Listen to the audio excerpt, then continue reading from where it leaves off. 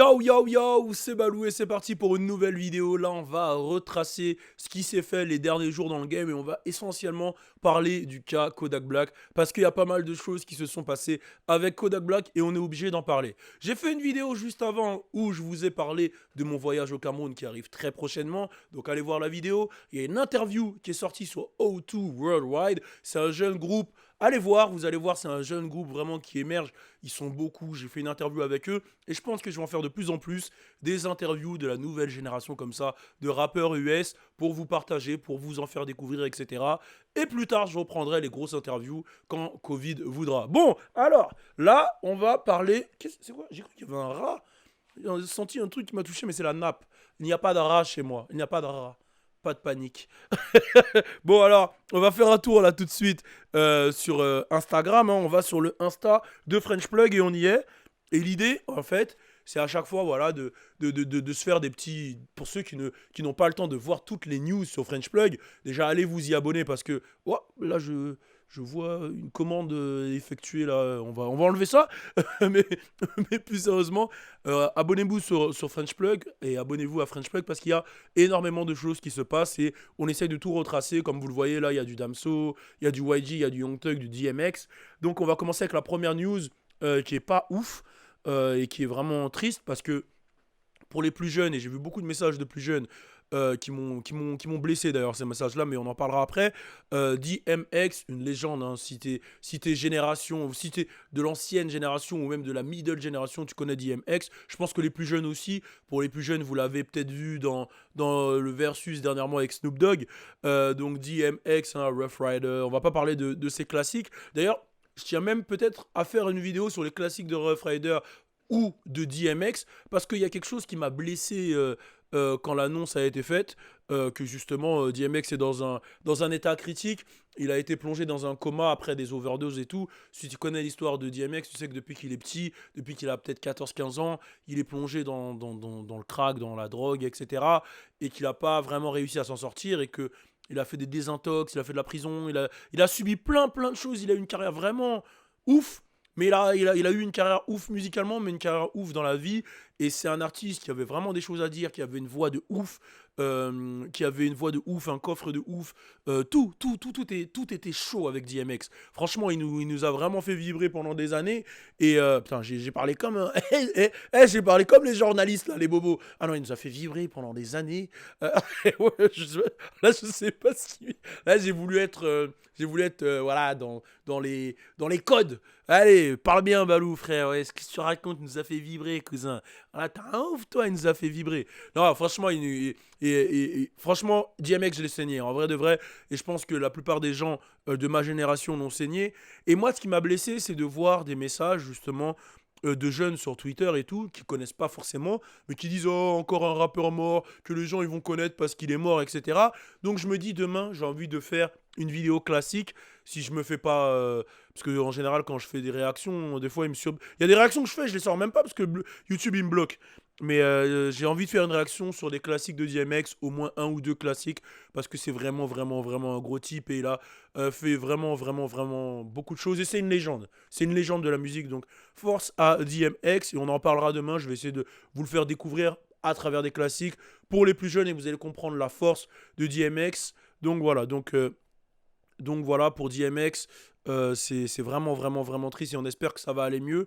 Même si sa situation paraît un peu compliquée. Donc là, vous voyez, news sur les Louis. C'est quoi avec les Louis déjà?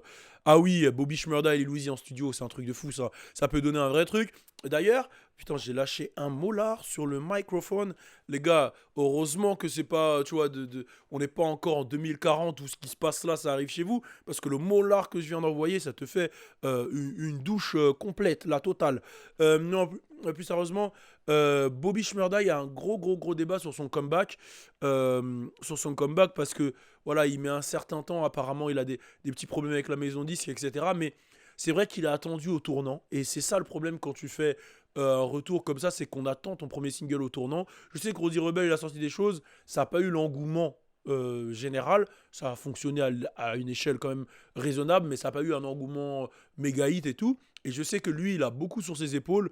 Donc j'espère en tout cas que les promotions vont envoyer de ouf. Et n'hésitez pas à mettre un commentaire, dites-nous. Est-ce que vous pensez justement que ça va cartonner du côté de Bobby Shmurda? Donc il y a eu une embrouille entre Kodak Black et l'homme qu'on appelle Southside de 808 Mafia. Alors 808 Mafia, ah ouais, les gars, ils m'envoient des prods en direct là. 808 Mafia. Alors 808 Mafia, je présente plus. Quand tu penses à 808 Mafia, tu penses à la trappe. Forcément, quand tu penses à la trappe, avant 808 Mafia, il y a des Beethoven, etc. Mais 808 Mafia, c'est des mecs qui ont vraiment renouvelé le sound de la trappe. Donc peut-être que je ferai un truc spécial à 808 Mafia. Mais voilà, Southside, lui, il sort avec la City Girl, là, Young Miami. Et je sais que Kodak Black a déjà eu des histoires avec Young Miami, des embrouilles, des trucs. Ils ont été ensemble, Young Miami et Kodak Black? Non? Jamais? Ah, lui, il a été avec GT, ouais. Lil Uzi, ouais, il est avec GT, mais lui, il a jamais eu de truc avec. Ouais, voilà, là, il a fait un live récemment où. Bon, déjà, il avait déjà des embrouilles avec. Je comprends rien à ces embrouilles, mais il a fait un live où il a mis le nom de Young Miami pour provoquer un peu Southside et faire un peu parler de lui. Bon, c'est Kodak, hein. Kodak qui n'a pas d'embrouille, c'est pas Kodak. Même si vous allez voir juste après, ça va très très loin. Et il y a Southside qui a pété un câble et qui, voilà, vous allez voir, hein, il s'est lâché, hein. We could bump too. I'll be back in Miami in a week. Pull up wherever we could bump. Don't bring no security. Bring your niggas. I'm gonna bring my niggas. We could bump.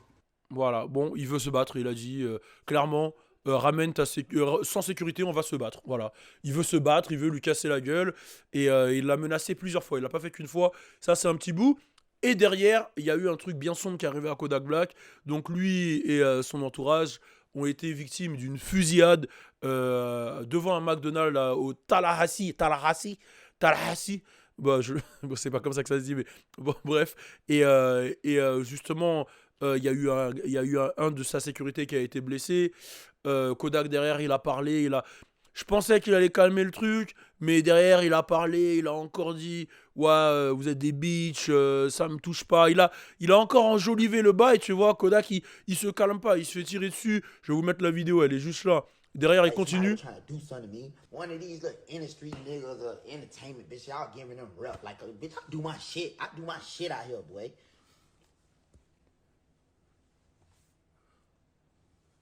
That shit, some little bullshit, you know what I mean? Ouais. Little bullshit. Ouais. Little bullshit, you know? Type shit. Hey, leave me alone, man. Y'all see, I ain't fucking with nobody. I ain't fucking with nobody. Like, Ok. somebody trying to do something to me. Juste quand il dit I don't fuck with nobody, ça veut pas dire je ne baisse personne, hein. Je sais pas pourquoi la traduction. Oh, la traduction. French Plug, je vais aller parler à mes associés. Il écrit je ne baisse personne. I don't fuck with nobody, ça veut dire genre moi je traîne avec personne, je suis dans je traîne avec personne, je m'associe à personne, je suis affilié à personne, je suis avec personne. Je suis pas cool avec les gens, je suis avec personne en gros. C'est un peu ça l'idée, c'est que je suis dans mon coin, je fais mes trucs. C'est ça que ça veut dire. Ça veut pas dire je ne baise avec personne, parce que je pense qu'il baise avec du monde Kodak Black. Mais voilà, mais tu sors d'une fusillade, il y a un gars à toi qui est gravement blessé, tu fais un live pour dire ça. Du coup, on est sûr que c'est pas un clone quand même, parce que là, tu te dis que avec tout ce qui s'est passé, je vais pas faire la liste des rappeurs qu'on a perdus. Kodak Black, il sort de prison, il s'était calmé en prison, il s'était repenti, c'était devenu un mec de Dieu. Il ressort, il s'embrouille avec Pusha T pour des billets, il trash un peu avec Southside sur Young Miami, etc. Il faut qu'il se calme, le frérot, parce que ça peut super mal finir. Et maintenant, je pense que vous savez qu'aux États-Unis, ça rigole pas. Et ça serait vraiment triste de perdre un Kodak Black, parce que moi, j'adore ce qu'il a apporté dans la musique. Et c'est un mec que je kiffe. C'est un frère haïtien en plus. Donc d'ailleurs, il y a une vidéo où il bouffe une tête de poisson. Là, je sais pas si elle a été mise. Si elle a été mise sur French Plug, voilà, elle est là. Tu vois, ça, c'est le sang. T'entends du gros compas derrière. Ah non, c'est pas du compas derrière, je suis un ouf. Ah, il mange la tête au com. il mange la tête de poisson. Non, c'était du reggaeton derrière. J'ai vraiment abusé. Je suis vraiment dans l'abus. Moi, j'ai dit c'était du compas. Du gros reggaeton derrière. Bon, bref, en tout cas, c'est vraiment triste parce qu'il risque gros, tu vois. Et il faut qu'il apprenne à canaliser ses paroles, à canaliser. Un peu se canaliser tout court, quoi. Je suis tombé aussi sur cette vidéo que j'ai kiffé de Lil Wayne qui connaît pas ses paroles. Et c'est là où tu vois que c'est le GOAT. En gros, allez la voir, elle est sur French Plug, je vais pas vous la mettre en entière, mais c'est un journaliste qui interviewe Lil Wayne et qui lui dit une de ses punchlines. Et Lil Wayne, il se souvient plus de la punchline, mais il la kiffe en direct. Il dit putain, j'ai dit ça, c'est lourd. Et c'est là où tu vois que le mec, il est vraiment. Il est aussi déconnecté que ses locks. Tu vois, il est déconnecté du monde. Oui, c'est vrai qu'il écrit rien. C'est un mec qui va dans la cabine, il rentre et il écrit rien. Et, euh, et c'est pour ça qu'il se souvient pas de tous ses textes. Je me souviens même que quand il a fait Carter 5, du coup, il a fait un concert, je sais plus, c'est avec Jimmy Fallon et tout, et il a dû aller sur Rap Genius pour justement apprendre les paroles pour le concert pendant les répètes. Donc il connaît même pas les paroles de ses sons, en gros, tu vois. Pour te dire, ah là je tombe sur une photo qui me fait plaisir entre Kalash et Ray, deux gros artistes, hein, là c'est Martinique, Guadeloupe. Ray, d'ailleurs, il y a une interview